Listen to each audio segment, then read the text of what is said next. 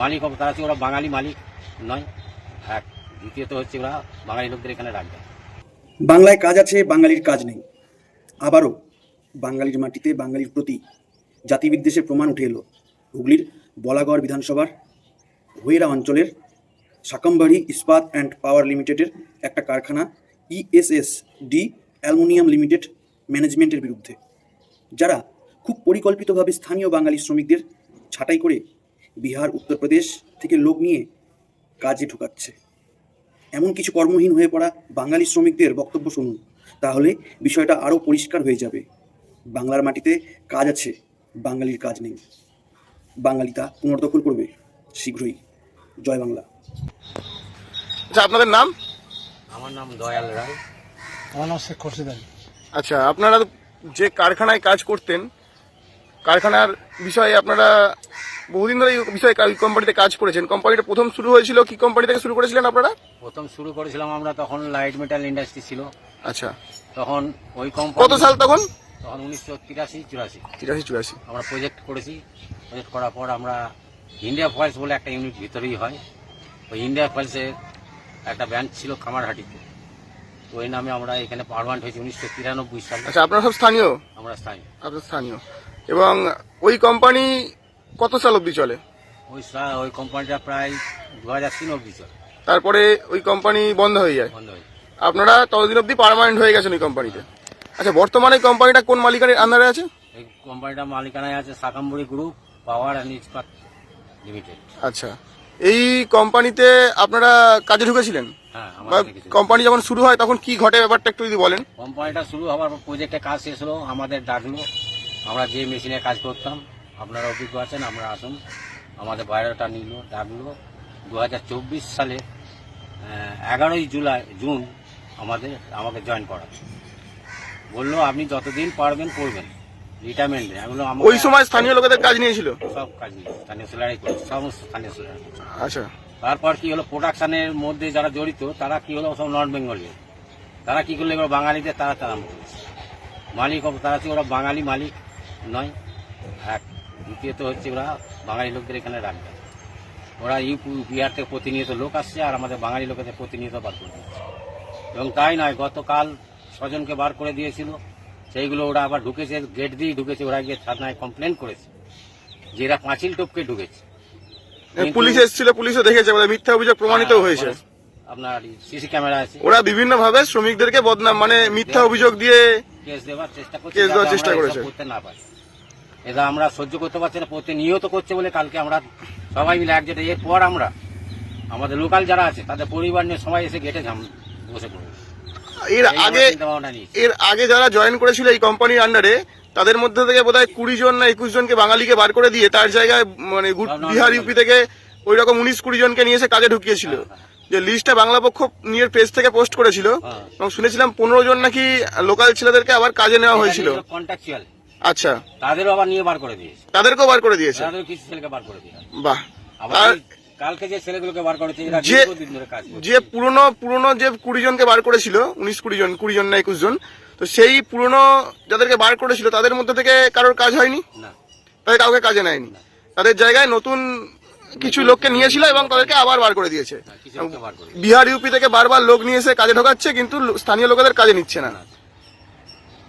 আপনি ওই কোম্পানিতে এত বছর কাজ করার পরে আপনি যে আজকে কর্মহারা, একরকম বাইরে কোম্পানিতে কাজ চলে গেছে, আপনার নিজের কি মনে হচ্ছে? আমার আর কি মনে হবে, আমরা এই বাংলায় বাস করছি, বাঙালিদের কোনো অস্তিত্ব নেই।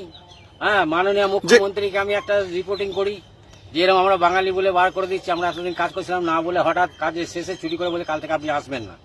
মুখ্যমন্ত্রী সেটাকে রেসপেক্ট করে পর আমাকে, যেহেতু আমার পান্ডুয়া এলাকায় বাড়ি, পান্ডুয়ার শ্রম দপ্তরে জানিয়েছিল।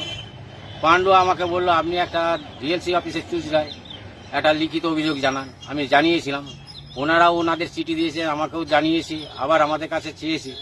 হ্যাঁ, এই মতো অবস্থায় আছে, তাই আমরা। কিন্তু আলটিমেট কাজ হচ্ছে না, কিছু কাজ হচ্ছে না, কিছু হচ্ছে না। এই যে ভিন রাজ্যে বাঙালিরা মার খাচ্ছে, বিভিন্ন রাজ্যে গিয়ে কাজ করতে গিয়ে বাঙালিরা মার খাচ্ছে এবং তাদেরকে সেখান থেকে তাড়িয়ে দেওয়া হচ্ছে, আর সেই রাজ্যের শ্রমিকরা এখানে এসে, সেই রাজ্যের লোকেরা এখানে এসে কাজ করছে, উল্টে আবার এখানেও বাঙালি কাজ থেকে বিতাড়িত হচ্ছে।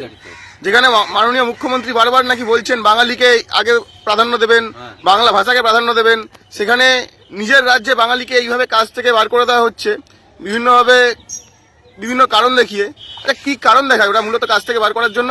কোনো কারণ নেই যে আপনি কাজ করেননি, আপনি কাজ একজন পার্মানেন্ট, আপনি স্থায়ী কর্মচারী কর্মী, স্থায়ী কর্মীকে এরকম ভাবে বার করে দেওয়া যায়? ওরা তো তাই বলছে। আমাকে নিয়েছিল, লাস্টে নিল, আমাদের কোনো অ্যাপয়েন্টমেন্ট লেটার দেয়নি, কোনো কিছু বলেনি। আগে যে ম্যানেজমেন্ট ছিল, এখন যে এসেছেন এই চার এরা এই ম্যানেজমেন্টের লোকগুলো তারা কি বাঙালি না বহিরাগত? সবাই বাঙালি, সবাই ম্যাক্সিমাম বাঙালি। বাঙালি ছিল। তারা বলেছে আমরা রয়েছি, আপনার কোনো অসুবিধা নেই, কাজ যাবে না, আপনার একটা কমসে কম অফার লেটার দিন, কারণ আমরা তো আছি, আপনি যতদিন পারবেন করবেন, আগে মেশিনটাকে চালু করুন। মেশিনগুলো চালু হলো। ইনি এখন যে নিয়ে এসেছেন গুপ্তা, ইনি বলছেন আগের কাছে লেখা নেই, আগে কি বলেছে আমরা জানি না। আমি এক জায়গায় কাজ করতাম, সেখান থেকে ছেড়ে এলাম, তো আমার কর্মস্থান তো চলে গেল, সেখানে তো আমাদের কোনো রিটায়ারমেন্ট, খাটতে পারলে খাটো, না যাও, এখন তো সারা কাজে নেবে না। মানে এই যে আপনারা কোম্পানিটাকে চালু করে দিলেন আপনাদের অভিজ্ঞতা দিয়ে, আপনারা পুরনো যেহেতু ওয়ার্কার ছিলেন সেখানকার, সেই পুরনো স্থায়ী ওয়ার্কারদের বার করে দিয়ে ওরা ওদের মতন করে বিহার ইউপি থেকে লোক নিয়ে এসে ঢোকাচ্ছে। একদম একদম। তারা পরিষ্কারভাবে বাঙালিকে দেখতে পাচ্ছে না, বাঙালিকে সহ্য করতে পারছে না, বাঙালিকে কাজ দিচ্ছে না। এবং তাই না, 12 ঘন্টা কাজ করলে করো, নাহলে বেরিয়ে যাও। 8 ঘন্টার পয়সায়, 8 ঘন্টার পয়সা। তাহলে এইভাবে চলতে পারে?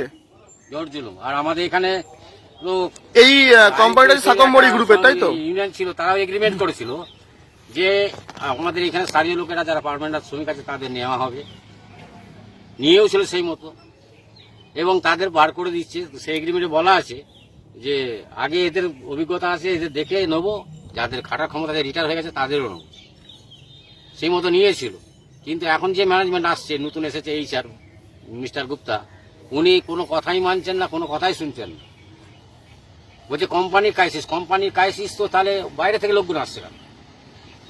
ইউপি বিহার থেকে লোকগুলো আসছে কেন? অবশ্যই তারাও তো এসে কাজ করছে, তাদের তো পেমেন্ট দিতে হচ্ছে। তাহলে আমার থেকে কি কম পেমেন্ট দিতে হবে? আমার থেকে বেশি পেমেন্ট দিতে হচ্ছে। কোম্পানি ক্রাইসিস কিছু না, আসলে শুধু তারা বাঙালি শ্রমিকদের নেবে না। আমরা ধরে নিলাম কোম্পানি ক্রাইসিস, আমরাও মেনে নেবো যা ক্রাইসিসের সময় আমাদের স্যাক্রিফাইস করতে হবে, কিন্তু তারা ওই বিহার ইউপি থেকে লোকগুলো প্রতিনিয়ত আনছে। যদি ক্রাইসিস যায়, তারা তো মুখ দেখে কাজ করতে আসছে না এখানে, তারা তো মুখ দেখে কাজ করছে না, তারা তো পয়সা নিচ্ছে। পয়সা নিচ্ছে। তাহলে তাদেরকেও কোম্পানিকে পয়সা দিতে হচ্ছে, আপনাদেরকেও পয়সা দিতে হবে, কিন্তু তারা বাঙালিকে পয়সা দেবে না, তারা বিহার ইউপি থেকে তাদের দেশওয়ালি নিয়ে এসে তাদেরকে পয়সা দেবে। তারপরে আমরা যে কাজ পাচ্ছি না, তাতে একটা স্টেপ বাই স্টেপ আছে। আমার সুপারভাইজার বলেছে নি কাজ পাচ্ছে না, পারফরমেন্স খারাপ। 1 বছর কামাই ডিউটি করেছি, একটা উদয় পেনে একটা কামাই নেই, আমাদের ছুটি করে ছিল না। কি না কোম্পানিটাকে দাঁড় করাতে হবে। যখন বলছে রাতে 10টা 12টায় চলে আসুন, ডিউটির কোনো মা বাপ নেই, যাক কোম্পানিটা যদি চালায়, আমাদের এখানে লোকাল ছেলেরা আমরা কদিন কাজ করবো। কিন্তু তার উল্টো ওই পাশে ফ্যাক্টরির সামনে যে গ্রামগুলো লোক ছেলেগুলো বসে বসে দেখছে, বাইরে থেকে লোক এসে কাজ করছে। তাই আমরা ঠিক করেছি এবারে সমস্ত ছেলে মেয়েরা বসে, যে এইবার আমরা না হলে ছেলে বউ নিয়ে সব কেটে বসে। একদম। যদি কোম্পানি যা কিছু হবে কোম্পানির দায়িত্ব, কোম্পানি আমাদের কোনো দায় না। আমরা বারবার বলে অনুরোধ করেছি, শুনছেন না।